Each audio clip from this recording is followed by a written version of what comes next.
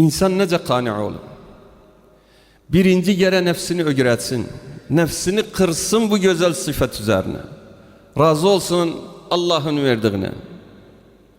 Çünkü zenginlik Peygamber aleyhissalatu vesselam bizimce açıkları bir zenginlik malda, mülkte değil, onun fazlalığında değil. Zenginlik insanın nefsi zengin olsun, gözü az olmasın. Hakiki zenginlik budur. Gözünüzden görəsiz.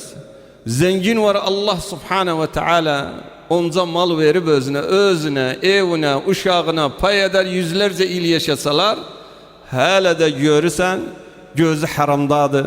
Hele de görürsen hile ediri, gış ediri, yalan diri, faiz yeri bes malı fazla olsun. Fakir de var, hissedir, zenginlerin zenginidir. İhtimal hala yarında yemeği yoktu. Zenginlik içeridedir, yürektedir. Bu nokta insan ister iyice anlasın özünü. Feba'zi bili zenginlik mal mülktedir. Yok.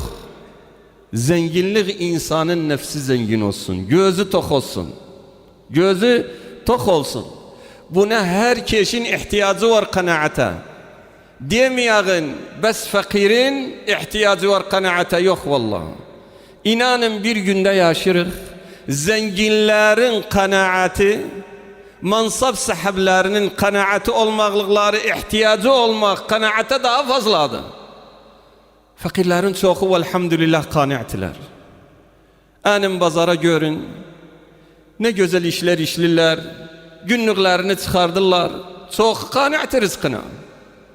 Ve görürsen gülmek var üzerlerinde, şükredirler Allah'a tebaraka ve teala. Ama gelenim o zenginlerin kanaatını, çoğuluk faiz yiyen, faizden işleyen, haram yiyen, yalan eden, ticarette gış eden, başkası üzerine bağ eden, taaddi eden, mali eden. Allah sana bu mansabı verip, ne için mansabı kullanırsan onu kırmakta, fazla kazanmakta. Bunun kanaati olduysa bu işleri yapmaz. Muvazzaf güzel bir ratibe alırsan, başudan da ukarıdır, kanaati yoktur. Raşvettedir, gözü haramdadır. Muvazzaftır. Maaş sahabidir. Ben ha zamandam sahab olam. Gedir faizden çakiri. Faizden borç çakiri. Bir kat ise iki kat etsin, yer ise yapsın özünü. Neyden haramdan? Bunun kanaati olduysa Allah'ın verdiğine özünü bu harama atmaz.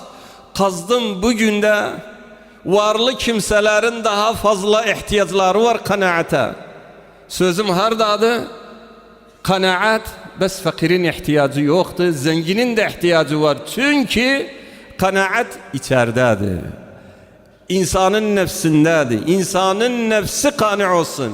Nefsi zengin olsun. Gözü az olmasın ve illa gözü az olduysa, dünyanın malı özünün olduysa, bes bir dinar kalıptı bir yerde. Hazan eder zenginliği o dinardadır. Düşer o dinarın ensesice hatta kazansın özünü.